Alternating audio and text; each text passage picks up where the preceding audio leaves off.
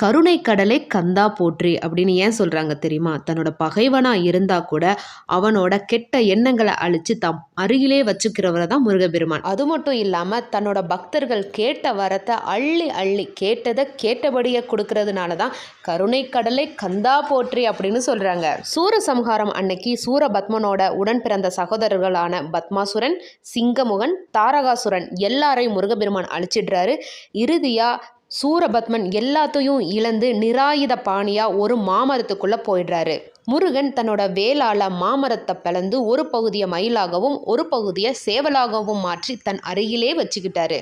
இந்த சூரசம்ஹாரத்திற்கும் மனிதர்களோட வாழ்க்கைக்கும் ஒரு சூட்சம தொடர்பு இருக்கு. அது என்னன்னு தெரியுமா?